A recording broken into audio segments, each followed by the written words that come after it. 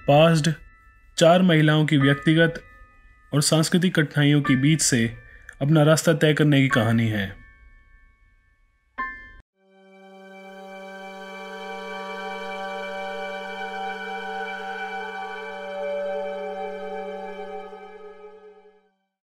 रानी आज अपने बेटे का रिश्ता तय करने जा रही है, जिसका नाम है गुलाब।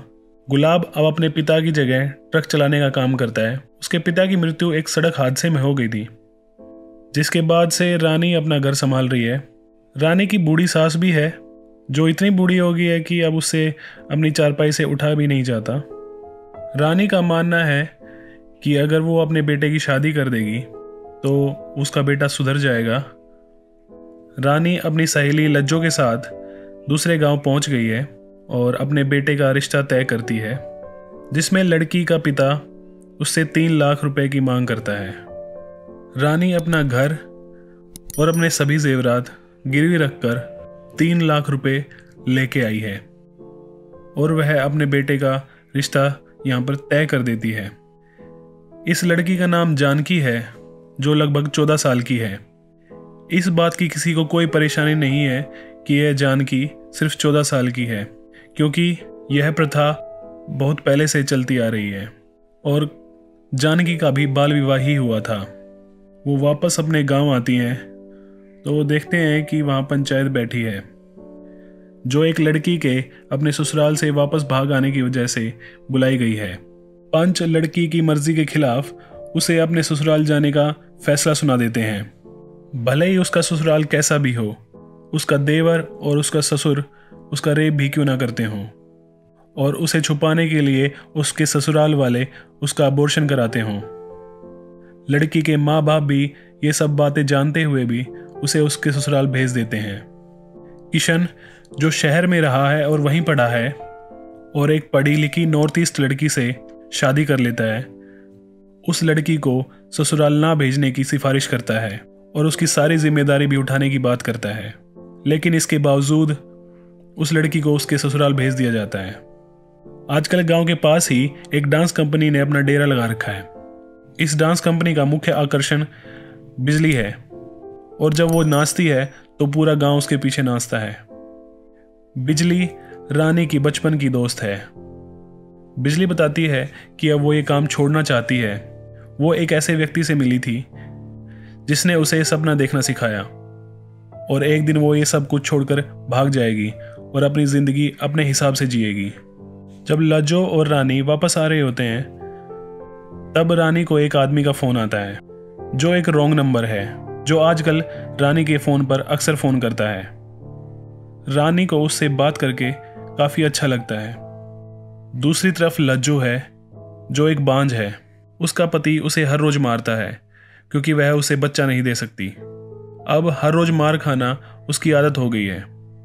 अब कुछ दिन बाद रानी के बेटे गुलाब की शादी हो गई है और रानी अपनी बहू को लेने जाती है तो देखती है उसकी बहू के बाल कट गए हैं, जो रानी के लिए एक शर्मिंदगी की बात है। अब गांव के लोग गुलाब की बहू को ऐसे छोटे बालों में देख लेंगे तो गांव में उसकी क्या इज्जत रहेगी, और रानी यहाँ से खाली हाथ भी नहीं जा सकती। खाली हाथ गई तो भी गांव में उसकी इज्जत नहीं रहेगी।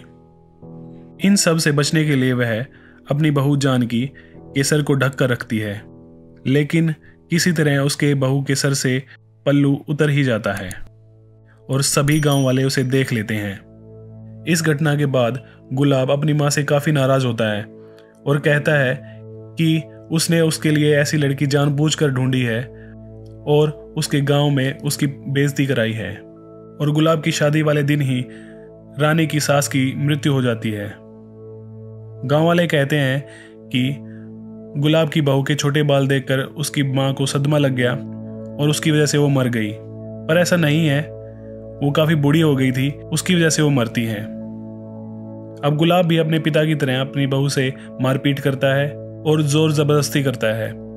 रानी भी समझ रही है कि उसका बेटा गुलाब भी अपने पिता की तरह उसी के कदमों पर चल रहा है। अब वो मारपीट की आवाजें नहीं सुन सकती, अपनी सहेली बिजली के पास चली जाती है।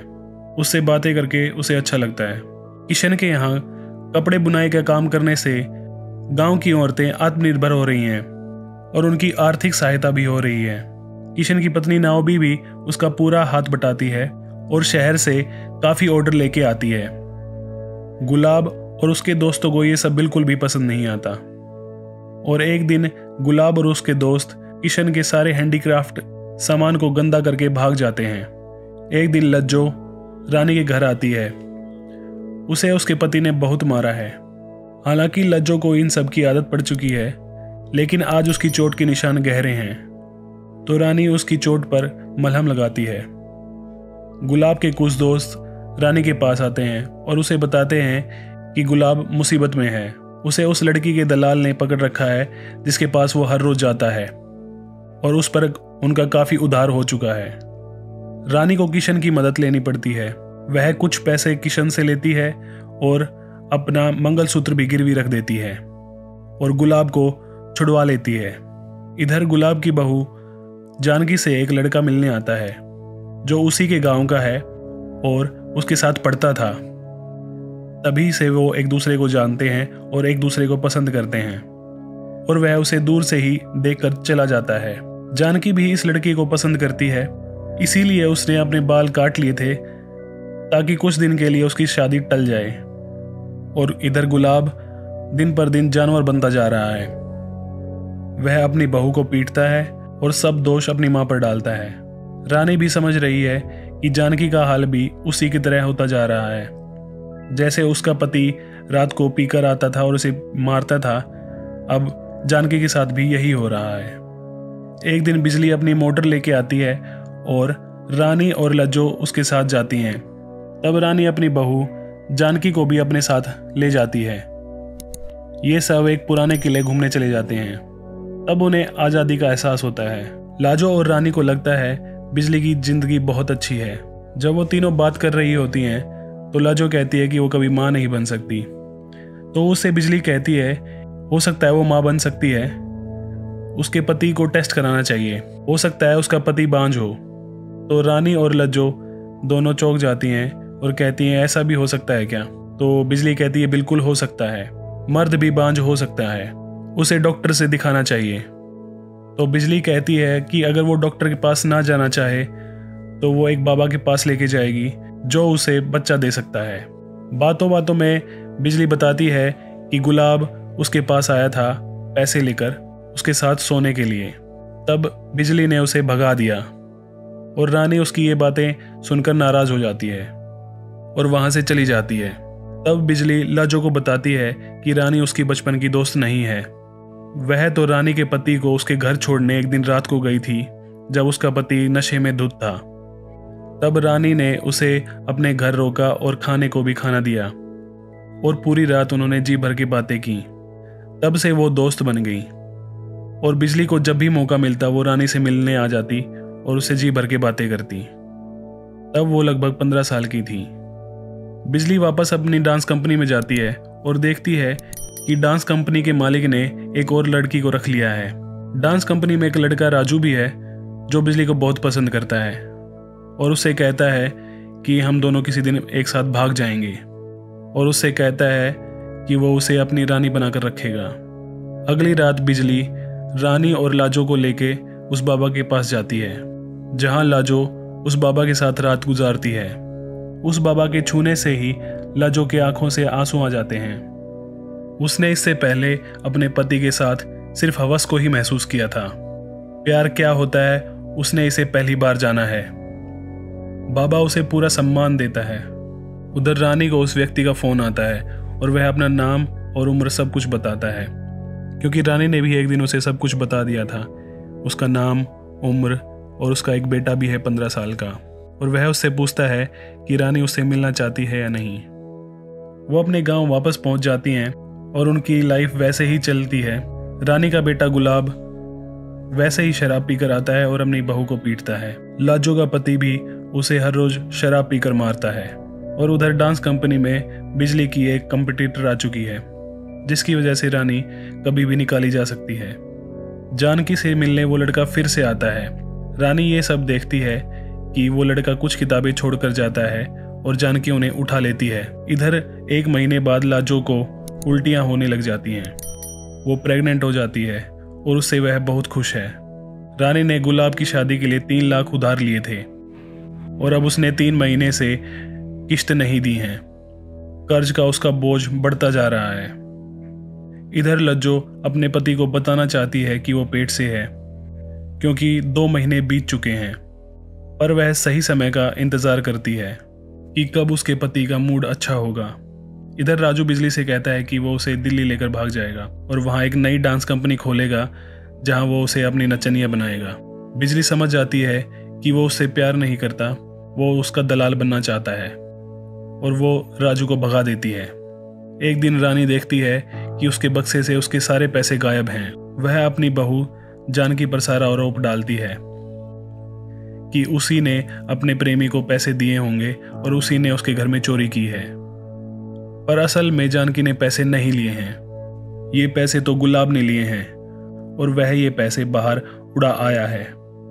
जब रात में गुलाब नशे में घर आता है तो जानकी उससे पूछती है क्या उसने वो पैसे लिए हैं, तो वो गुस्सा हो जाता है और जानकी को ही पीटने लगता है। तब रानी जानकी को बचाती है और गुलाब अपनी माँ को ही गालियां देने लगता है। उधर बिजली को रात भर कुछ लोगों ने नोचा, लेकिन अब बिजली ये जिंदगी नहीं जीना चाहती, वो यहाँ से भाग जाना चाहती है। दूसरी तरफ रानी भी अपनी बहू के लिए उसके जैसा भविष्य नहीं चाहती। वो उसे ऐसे लड़के के साथ ब्याह देना चाहती है जो उसकी इज्जत करे और उसे पढ़ाए।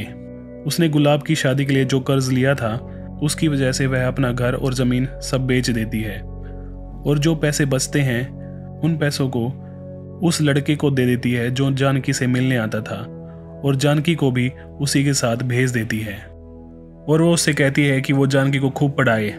और जानकी अब आज़ाद है। आज दशहरा है और लज्जो आज बता देना चाहती है अपने पति को कि वह गर्भवती है और अपने पति के आने के बाद वह उसको बता देती है कि वह गर्भवती है। तब उसका पति उस पर भड़क जाता है और कहता है कि ऐसा हो ही नहीं सकता। इस पर लज्जो पूछती है ऐसा क्यों नहीं हो सकता, क्योंकि वह जानता है कि वह बांझ है। आज वह लज्जो को बहुत मारता है और ऐसा लगता है कि वो उसे जान से ही मार देगा। तभी वहां रानी आ जाती है और लज्जो को बचाती है। बीच बचाव करते वक्त लज्जो का पति चूल्हे पर जा गिरता है। उसके ऊपर कुछ शराब भी गिर चुकी थी जिससे वह एकदम से जल जाता है। अगर लज्जो और रानी चाहती तो उसे बचा सकती थी, पर वे उसे नहीं बचाती और वहां से भाग निकलती हैं और वो बिजली के पास पहुंच जाते हैं। बिजली बिना कुछ सोचे समझे वहां से उन दोनों को लेकर भाग जाती है। उस आग से रानी और लज्जो के कुछ बाल जल जाते हैं, तो बिजली उनसे कहती है कि वो समाज को क्या मुंह दिखाएंगी। वो समाज की इन कुप्रथाओं का मजाक उड़ाती हैं। उधर किशन और नाओबी भी गांव छोड़ देते हैं, क्योंकि किशन को गुलाब और उसके दोस्तों ने बहुत मारा था। अब बिजली, रानी और लज्जो तीनों गांव को उसकी हालत पर छोड़ देती हैं और अपनी नई जिंदगी शुरू करने निकल जाती हैं। अगर आपको वीडियो पसंद आई तो इसे लाइक, शेयर और चैनल को सब्सक्राइब ज़रूर कर दें।